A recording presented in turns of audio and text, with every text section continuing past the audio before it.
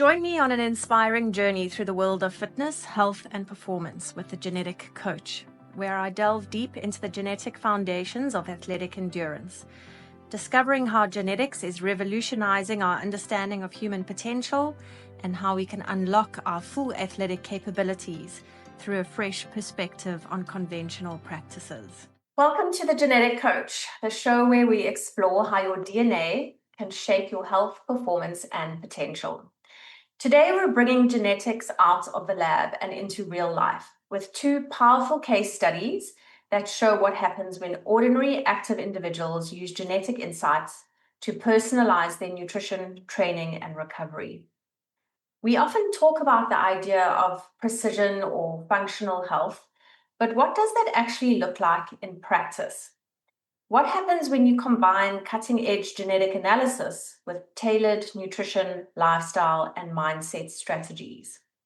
Well, today we are going to find out with the help of Timothy Garrett, who is a registered dietitian nutritionist and an integrative and functional nutrition certified practitioner, specializing in personalized root cause approaches to health and performance. So welcome, Timothy, and thanks so much for joining us. Thank you so much for having me. I'm excited to be here. Or should I rather call you Tim? What do you prefer? Tim's fine. Just whatever you would like. I'm pretty flexible. Okay, awesome. So Tim, just tell us a little bit about your practice and how you got into this sphere of work and what you actually do. So I love it because sometimes people, they don't really know what to expect when they come into the office of a registered dietitian nutritionist. You know, are they going to get a meal plan and then kind of be on their way? And honestly, I see some clients without genetic insight and they're successful. However, the genetic insight, it just makes it so much more helpful and targeted and directed. So as a functional registered dietitian nutritionist, I'm trained both allopathically and functionally using those different frameworks. And we know that the allopathic medicine is kind of like the foundation of our healthcare system here in the US in particular. And it's evidence-based, it's precise, it's excellent at diagnosing and treating disease, especially in acute situations. And I have a tremendous respect for that model. But in functional nutrition, what we're doing is we add a systems-based lens, right? Where instead of focusing on the signs or the symptoms in front of us, we ask why that symptom is present. We explore a person's full picture, their stressors in their life, their toxins and adverse food reactions, immune activation and nutrition imbalances, cellular function, GI health, and just so much more. And we're looking at all these interconnected systems that shape someone's physiology. And when we take that systems-based approach, we don't just start the story at the moment they walk in the door, right? Because we kind of zoom out and we look at the person's entire history, sometimes even before they were born. In fact, oftentimes before they were born, because every part of that story influences their biology today. Yeah. So now, there we go. Genetic insight gives us the deepest starting point we can have. It helps us understand that underlying architecture of someone's biology so we can tailor nutrition, lifestyle, and recovery strategies to the way their body is actually built. It doesn't replace allopathic medicine at all. It complements it. It strengthens our ability to personalize care, find root causes, and support someone's health in a much more targeted and effective way. So that's kind of what my practice is about, is digging in deeper. Does that make sense? I hope that kind of covers. Absolutely makes sense. And I think, like you say, there is this big move away from just looking at systems in isolation and really looking at, there's no one size fits all, because obviously your genetics are so, individual. So it's really about, as you say, digging deeper and finding what's going to actually work for the individual that you are working with. So you're really going to make this more practical for us today, because a lot of the times we speak about the theory, but we want to find out how it really plays out on a everyday sort of stage.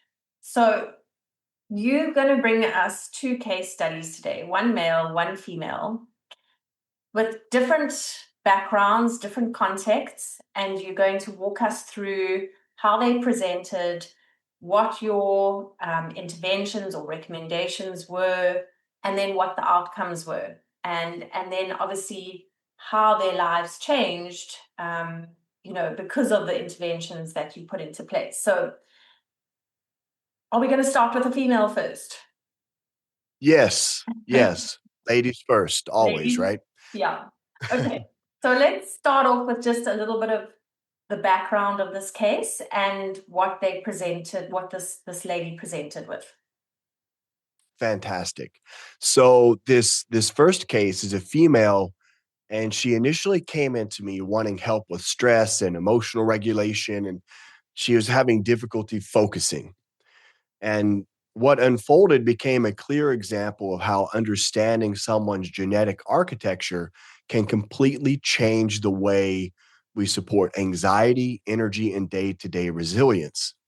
So, some of the challenges, some of the background here is when she began working with me, she described feeling on edge and overwhelmed. Small changes in the day felt like more than she could handle emotionally. And now, granted, at this time, she was handling a lot. So the truth is that anyone would have felt stressed, and that's normal. We have a normal stress response. Like it's actually some stress is good, right? Yeah. And so it forces adaptation and change. Mm. But sometimes that stress becomes so overwhelming, and that's kind of the situation, right? So she described like this persistent anxiety and trouble maintaining focus and low tolerance for stress, and her adaptability was suffering, and fatigue set in, and some sleep disruptions. And so all these things, slower recovery after exercise. And when she came in to see me, quite honestly, she'd already made remarkable progress just through sheer grit and determination. Just a tremendous amount of weight loss, body fat was moving in the right direction, but internally she just didn't feel regulated or grounded. Mm. And so when she came to see me, finally we decided to do the 3x4 genetic test, and those results came back, and then her symptoms, they finally made sense. And there's several pathways obviously on the report. It's amazing, the insight that you gain from that, but there were three in particular that we really honed in on at first, and that was methylation. Mm. And so this resonated with me because here's the thing, it's when someone is dealing with anxiety or stress, and this overwhelming, and someone who's not comes along and says, well, you just need to change your mindset, Yeah. change your focus. And their methylation is off. And they're like, well, I'm trying. And they just can't. And then all of a sudden you give them the answer and say, no, there's a reason. It's Mm. not just willpower. It's not just you failed emotionally, like you're unstable. It's like there's really, it's like telling someone when they're so hungry, just just don't be hungry anymore. Just change your mindset about hunger. It's like, no, there's a real chemical response going on here, people. Yeah. Back off. And so we saw that, and we saw like, it's a very famous gene, the MTHFR gene is very it's a lot of people use it in methylation, but there's just so much more to the methylation process. And this MTHFR gene, that's just one gene out of, you know, 25,000 genes, right? Mm. And even in the methylation pathway, there's so many things going on. But she has the TT variation, which really reduces her ability to deal with folate, right? So we saw that in the MTR and MTRR variants, and that MS pathway, right? Reduced efficiency for recycling the folate and the B vitamins, all affecting her neurotransmitter production and stress tolerance, like on a Mm. big scale. Um, we also found the PEMT pathway, the phosphatidylethylalamine in methyltransferase, I believe, and it's the CC genotype. So not only that, she was having a difficult time with choline, Mm. and we know that acetylcholine. I did a pretty deep dive study for one of my doctoral courses a couple years back, where really diving into this acetylcholine and how it affects focus and attention and mental processing, and phosphatidylcholine, and how it affects cell membranes. All of this impacted by PEMT, Mm. the SNP that she had, the single nucleotide polymorphism. And then we had the betaine pathway, the BHMT, affecting homocysteine. It's like this, just you could just see it all happening. And when we began to unravel that and look at interventions we could apply, things began to change. And then oxidative stress was a very high impact as well, with the MN SOD, the MN superoxide dismutase, and the NQ01 and GSTP1, the GST um, genes there, the SNPs in those particular genes, all meant that she had this higher oxidative load. So not only is she having a hard time with methylation, she's having a hard time with oxidative stress. So that glutathione isn't working like it's supposed to. That master oxidant regulator isn't doing its thing. And so that all affects her mood, her inflammation, her recovery. And so, why do these pathways matter for mood and stress? Mhm. So this big combination. And you just stop me, because I'll keep going You're if you just have something going that you because I know you probably look at these results and you rub your hands in glee and you're like, I know exactly why you're feeling like you do. Let's jump into it. I mean, so you obviously started off with a full explanation of what you were seeing in the results. And I think the report's quite nice because it does explain these kind of things well to the person sitting in front of you. But it always is helpful to have the practitioner really just explain it more in simple terms. But was it like a light bulb going on for her when you started explaining what you were seeing in the results? Yeah. So sometimes I explain folate like a football, and in my brain, I picture, the folate cycles going on over here, folic acid or folates coming in, and it's coming around MTHFD1, and in my brain I can see it coming around MTHFR, and then so like it gets the football, like the methyl donor football, and drags it around the MTRR, and they're wanting to take that homocysteine and add the methyl donor to it to change it to methionine, Mhm. right? So that process needs to happen. And when she saw that, and I explained, this is why sometimes that stress goes up and it's hard to regulate it back down. It gets Mhm. stuck up there. And then just kind of explain it in those simple terms where you can see how the wheels are supposed to turn, and how one goes to the next one, and kind of allows it to move on. Mhm. Um, was a very big deal. And there was a lot of, it was an emotional moment when someone realizes it's not because of your effort, Yeah, it's yeah, not because of what you're trying, you're yeah, doing all the right things, yeah, yeah. and so yeah, it was a really big deal. um So what so were yeah. the interventions then? So how did you start dealing with it? Yeah, so we built kind of a targeted plan for first dealing with methylation support, with methylcobalamin and methylfolate, magnesium glycinate, those cofactors, to get a lot of those things working. And that kind of strengthened that neurotransmitter synthesis and improved stress regulation. Um, and then the PEMT pathway as well, because we know that it also has a huge impact on the ability to also regulate homocysteine down Mm. through that PHMT pathway. And so we added, a little bit of choline, and then TMG, we slowly started to regulate trimethylglycine in there to help regulate that homocysteine down. And we're looking for the lowest effective dose. We're not starting with mega doses of Mm. these things, because then you can go the other extreme. Yeah, So we're suspecting there's a methylation issue, and but we don't have the labs yet, right? mm. So we're starting before we have um, necessarily any lab showing homocysteine or methylmalonic acid, which are measures. The methylmalonic acid, I throw these terms around like everyone knows, but methylmalonic acid is just that functional use of the B12. So you have serum B12 or serum cobalamin, or however it's measured, and then you have the functional aspect of the acid from like an organic acid, where you're able to see as the serum B12 is used and goes up. So you have serum in your blood, your methylmalonic acid, that functional measure should come down. Mm. So, but when you see both are elevated, that means functionally you're not using it. So we didn't have all those labs yet. But we had ordered the homocysteine and it was being checked. So we started doing some things very lightly.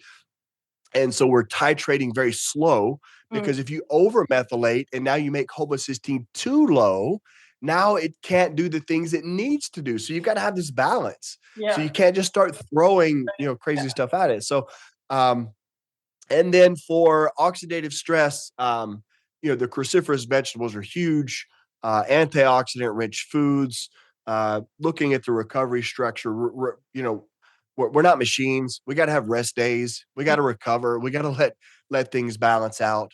And so we did keep the workout frequency, but we added kind of a pacing. Add some days of walking, hiking, Yeah. to recover, and Yeah. that stress management and preserve lean mass and all the stuff. So, finally, though, talking about the homocysteine, it did come in, because it is a good marker. So we had started supplementation, and then we did the homocysteine check. Mm. And after that first round, the homocysteine came back fairly elevated. Okay. Um, you know, around 12, 13 range. Maybe just And explain that was how. after supplementing. That was after supplementing. Okay, so just maybe explain high and low homocysteine, what is good, what is bad, and what were you looking at there? Yeah, perfect. From a functional perspective, I'm saying under 10 is a good number, 5 to 10 tops, because you'll feel some differences there. And getting that range to around, 5 to 8, 5 to 9 is kind of optimal. 12, 13 is pretty high after the interventions, right? So even we don't know what it was before, but it Mm. was definitely higher than 12. And so even at 12, she was like, no, I feel amazing. Like she had already felt a big change. Mm. And then it was at that point in time, we moved and added a little bit more of added the trimethylglycine, about 500 more milligrams. And so now we're in around the 9 range, and everything's going pretty good. So, letting that kind of taper out, and we'll come back again and check later to make sure it doesn't over methylate or go the other direction. Mm. But that was a big deal.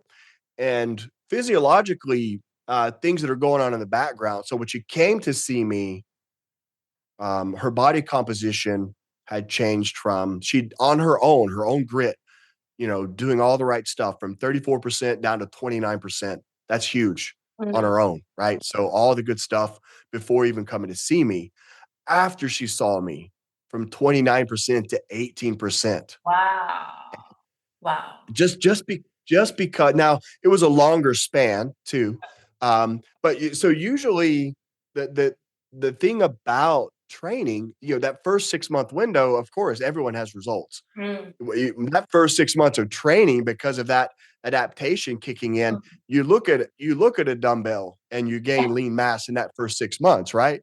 But after that, it kind of plateaus. So the fact that after the plateau effect, she's Mm. still lost 11%, Mm. after supporting methylation, choline, and recovery, and all of those things. That's pretty amazing.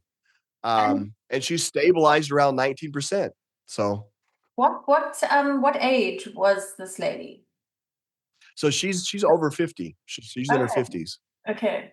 Okay. So, I mean, you're just adding into the mix there, hormonal changes and life changes, that go along with that kind of age bracket. So to still be to change a body composition in that way, is huge. Um, Yeah, it can't be overstated, right? It's like it's a really phenomenal occurrence. yeah, So yeah. And I mean, has she been able to maintain that? Is it something yeah, sustainable? she's doing amazing. Okay, She's crushing it. She's around 19% right now. okay. Just hovers around there, no rebound. And Mm, see, that's the thing. It was a journey. It mm, wasn't a sprint. It wasn't a fad. It wasn't a phase. yeah, It was a complete lifestyle change. yeah. And it took a year and a half, like from the time she started till the time we ended, Mm, took about a year okay. and amazing results. Super proud, doing amazing things. So, Just in terms, um, you spoke a bit about the supplements, but what were the actual nutritional and maybe some lifestyle interventions that you also threw into the mix there? yeah, right. So, definitely a more Mediterranean style diet. The antioxidants, the nuts, the lean meats. We're looking at making sure that the right amount of protein and fueling before and after your workouts and those types of things were very important. And there are other things we looked at too, like I mentioned magnesium. You can get that from foods as well. Just making that diet more whole foods and that applies kind of universally a lot of times. Sometimes depending on the person's background and genetics, you tweak the diet a little bit. And but looking at that minimally processed foods, like if you imagine you're at the grocery store shopping around the outer aisles, try to get minimally processed foods and not but not becoming obsessive about it. Have a piece of pizza every now and then. Don't have a cookie. It's Yeah, fine. Like don't restrict yourself so much, but be realistic. Doing all the things, looking at the movement, the lifestyle, the recovery days, the walking, getting good sleep. Every mm, now and then we might throw in a fasting day, not because we have to, but just because, um, just to mix things up a little bit. mm, But, mm. hydration targets, getting enough fiber, um, some of the staples in there. So, yeah. Um, And Tim, you touched on a point a little bit earlier, just with regards to supplementing and titrating very slowly and coming back and retesting and seeing where you were in terms of how the supplement had worked or was making an impact. I mean, for somebody who is not working with a practitioner like yourself, is it possible that if they're going out and buying a bunch of supplements, that those supplements actually start working against them in terms of what their genetic needs are? yeah. It is definitely a problem. Like, yes, it can be a significant impact. I see it all the time. Uh, Probiotics, for example. Um, Now, this starts getting into GI health. I spend a lot of time in my practice talking about GI health, gastrointestinal health. And someone will have, dysbiosis, which means the good and bad bacteria in their colon has gotten out of balance, or they'll have small intestinal bacterial overgrowth or something like that. And the world is screaming, take probiotics, take probiotics. And so they'll go get a 50 billion CFU, colonial forming unit uh, probiotic, and start just cramming that down. And then things blow up. Mm, They're like, I don't know what's going on. And it makes yeah. so much worse. And consumer beware. You have to be careful. And the government issues like upper tolerances and recommended daily allowances. That's a good framework to be in. and Mm, and you got to wonder when you're doing these mega doses of things, like let's just take someone says, let's talk about homocysteine. And so they start taking trimethylglycine and they're like, I take 500 milligrams and I feel a little bit better. So now I'll take 1,000 milligrams. That's 500 milligrams different. That's a half a gram. That's a lot different. mm, And the methyl donors in that trimethylglycine is huge. mm. And then all of a sudden they don't know why they feel depressed now. Like it went from anxiety and up here to like now they're depressed. So yeah, um, vitamin D, overdoing it on the vitamin D, like so many things, magnesium, like any of the things you can take too much magnesium and have negative effects, and electrolytes. And so, yeah, definitely, it is helpful to work with a practitioner, Mm. or you really, really got to be on it about the research and not just Google, not just, don't just ask Google or Or like, AI. um, because and AI. So Yeah. this is on my soapbox for a second. Literally, so I use AI every day, Mm, right? I think everyone probably is mm, using AI on some level now. But the number of times that ChatGPT would have potentially killed my client by the recommendation that it made, the number I 20. I don't know how many times. Like I start arguing with him. What are you doing saying that? Are you crazy? Is my bad. You're right. I made a mistake. So you got to be careful, even with even with the AI. So you can't just drop it into AI and use that as a diagnosis and treat mm, yourself. It doesn't, you need that secondary subject matter expert opinion to help wade through it sometimes, mm. because there can be very negative consequences to it. You And know, you also take a doctor, making they the go to school connection. for a long time. I'm Yeah, there's sorry. a reason for that. But I Yeah, they didn't just.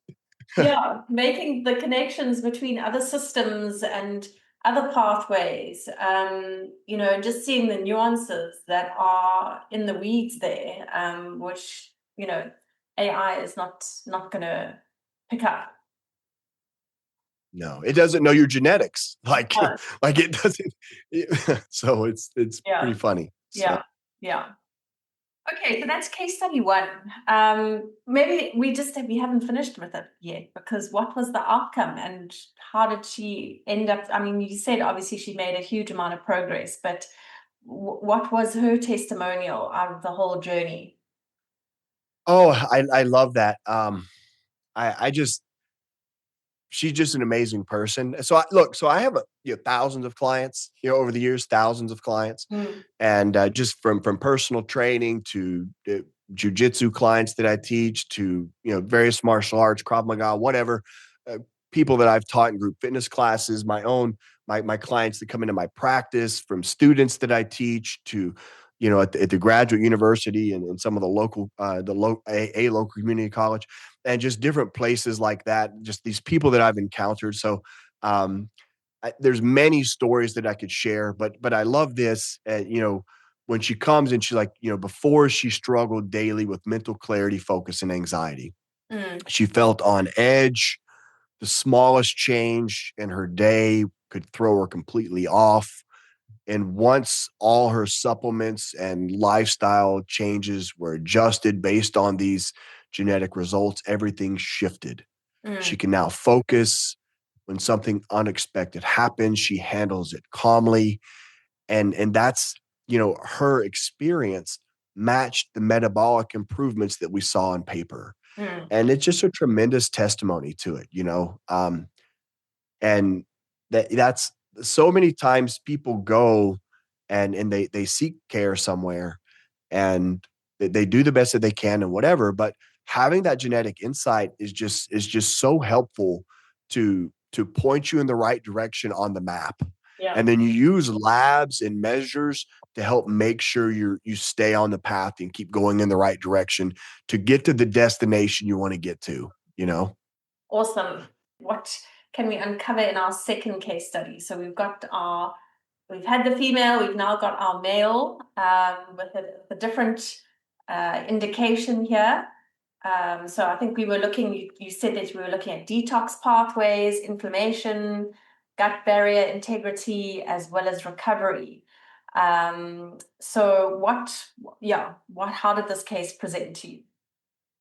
Got it. So yeah, this next case, it's a male client whose challenges showed up primarily in the physical and neurological kind of side of performance. It illustrates how precision nutrition can change how someone trains, thinks, and recovers. And so this guy, he trains like a lifestyle athlete.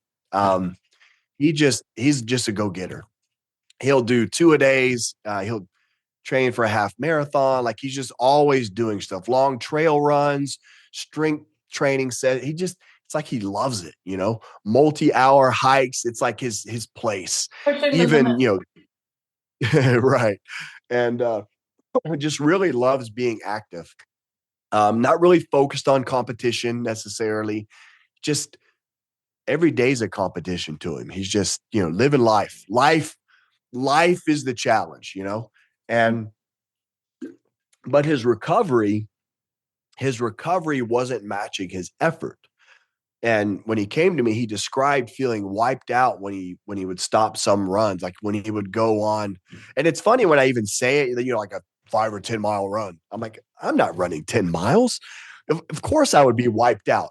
But when you're training at that level, it's like I just felt different, or pressure behind his eyes and this brain fog and post-exercise migraines, irritability, and slow neurological recovery, and the sense that he was just overstressed. And it wasn't just training. His stress started to begin to kind of spill over into other areas of his life, including work. So Okay. he was doing a lot of the stuff right, but his recovery system just couldn't keep up with the training. Okay. So when we got his genetic report back and we began to look at the themes behind these symptoms, it became very clear. Several pathways kind of stood out, um, oxidative stress. Like it was no surprise. The symptoms he was describing, high oxidative stress, the PPARG-C1A SNP affecting that mitochondrial efficiency. Mm. This variant means he generates more oxidative stress during exercise. So that was kind of like he had a GSTM1 deletion. So one of those GST genes that are important for phase 2 detox. So it's very important and is completely missing. So it's necessary to help clear oxidative byproducts. GSTP1, another GST gene, Mm. kind of operating less efficient it's important to neutralize that oxidative stress, and inflammation hits a little harder, and NQO1 and the superoxide dismutase where the MN-SOD where he has slower mitochondrial protection. Free radicals accumulate more easily. And then GPX1, and of course there are many more, and you could go on and look at every one of them and look at the pathway and stuff, but all of these variants mean that he produces more oxidative stress during exercise, and then he clears it more slowly. So the same workout is biochemically harder on him than for someone that doesn't have those same gene variations. And so it kind of began to help explain this overload and fogginess and migraines that he felt during harder training sessions. So um, that's all regarding oxidative stress. And then we also looked at the detox pathway and was had kind of a high impact as well. And so these are two major pathways: the oxidative stress and detox. And so again, that GSTM1 deletion, the GSTP1 um, lower efficiency, and then COMT, the catecholamine O methyltransferase, was downregulated for detoxing those catecholamines and GST02, and he had an NAT2, which is a slow acetylator. And finally, in phase 1 detoxification, the CYP1B1 variation affects how he's even starting the detoxification process for several things. So this slower clearance of these metabolic products result in higher inflammatory burden, more strain on the nervous system after training. And it kind of links to that pressure behind the eyes. And when we talk about the interventions, that's one of the things that he's like, wow, it's different. Like it feels completely different. And then he also had these headaches post run that he often described. And talking about the COMT, the AA in particular, the slow catecholamine clearance, it's often talked about. So I don't want to overemphasize it, but it does slow the breakdown of dopamine and norepinephrine and epinephrine. And under high training load, these stress chemicals linger longer and they lead to that irritability, that wired but tired feeling. He would describe that where you know, kind of couldn't sleep, and headaches and emotional and cognitive strain. And so at that time, we started adding very soon to our meetings magnesium and L-theanine and 5-HTP to help. They were very helpful for him because of those issues with the COMT. Um, and then methylation flags. Like, come on, man. Like higher demand under stress. So it's a lot of stuff. And it's funny that these were not very high impacted, right? But they were high impacted pathways. And when you have a cumulative of 3 high impacted pathways, Yeah. that cumulative effect becomes very big deal. Yeah. And so several of the genes increase this methylation demand, that MTHFD1. And interestingly, in one of his labs, homocysteine checked out fine, but his serum B12 was fine, but his folate was always low.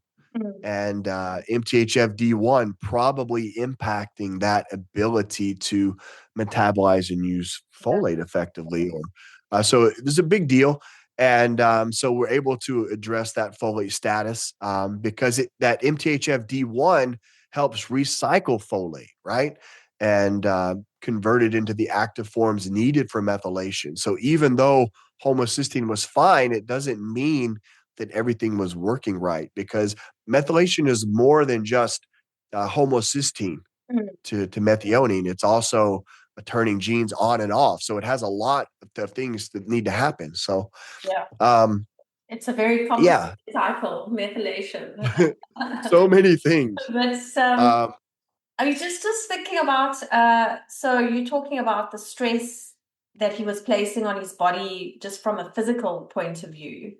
But we also forget that, just general life stress, so general allostatic load is going to create, a scenario in the body where there is this increased stress. And when you've got cellular systems that are already under strain just genetically, um, factoring in life stress, plus then the physical stress, that stress load is just compounded. And so, it sounds like you're talking very much like an A-type personality in terms of how he wanted to push himself and extend himself in the types of activities he was taking part in. And it almost, you get to a point where like you thinking, I must just keep pushing harder because that's what's going to make me feel better. But it's just compounding, and the stress is just getting greater and greater and greater. And yeah, I think it's very validating to have a set of genetic results that tell you, wait, hang on, there are some issues in these major cellular pathways, and what you're feeling is not just you being weak in terms of being an athlete or not being able to handle life stress. And I right. think that's a big part of genetic results, is just that you know you being able to breathe almost and say, okay, it's actually in my genetics. I don't have to fight this. I can understand it and I can work with it. I don't know if you find that a lot with your, clients that you work with the genetic side of things. Oh, it is tremendous. When, some time ago, I did some research on genetics of weight gain, and I'll have a client and they're crushing their diet, and the influencers are telling them calories in, calories out, you're just not in a deficit enough. And how your body stores fat and builds lean mass is different person to person. And when you can have two people on the same diet and one person gains weight and one person loses weight, and that there's just so many things, and genetics play such a large component of weight gain and weight loss and stress and emotional stability. And when they understand that it's not your willpower, it's not your weakness Mm. is why this is happening. You're trying as hard as anybody, Mm. right? And you're still having this outcome. And when they see that, sometimes the emotional outlet, that they realize it wasn't their fault, that they're not doing something wrong, that they're not. And there's this, so many people when they come to see me, they think that I'm going to say, stop eating chocolate or whatever. It's no, I eat chocolate. You know what I'm saying? Like it's good stuff, but and most of the time, I'm not telling them to stop eating stuff. I'm telling them to eat more of other stuff. Like it's Mm. not, I'm giving you more food. And they're like, what? And so just the right foods, right? So that for your genetics. And when that happens, man, it is a tremendous breakthrough for a lot of them. And it allows it's freeing Mm. because there's guilt. Mm. They have this guilt that they carry, that somehow they're a failure or they failed because they're having a result, and the other person, they must be doing something wrong. Yep. And and so yeah, I see that all the time.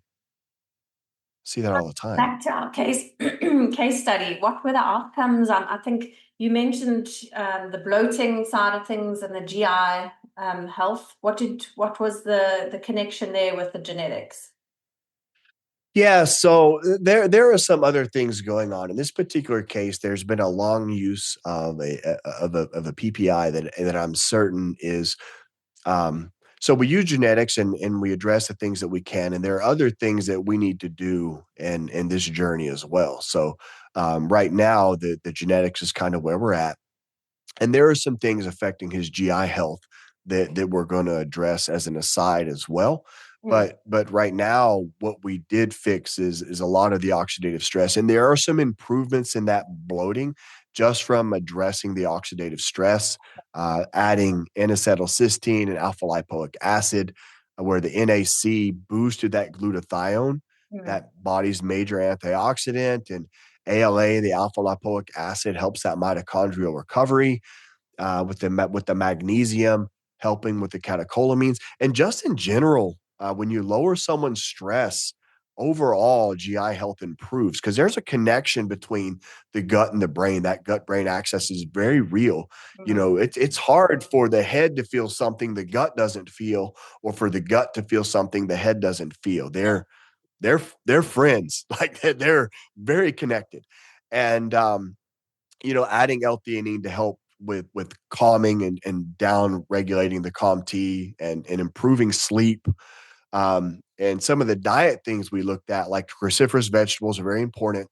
Um, and for that sulforaphane to help with detox. And one of the hacks is making sure to add a little bit of mustard seed to the cruciferous vegetables to maximize that sulforaphane that you can from the broccoli, because when you heat it, you have that myrosinase and the glucoraphan in there, and whenever you heat the broccoli, the myrosinase is kind of done and becomes inactivated.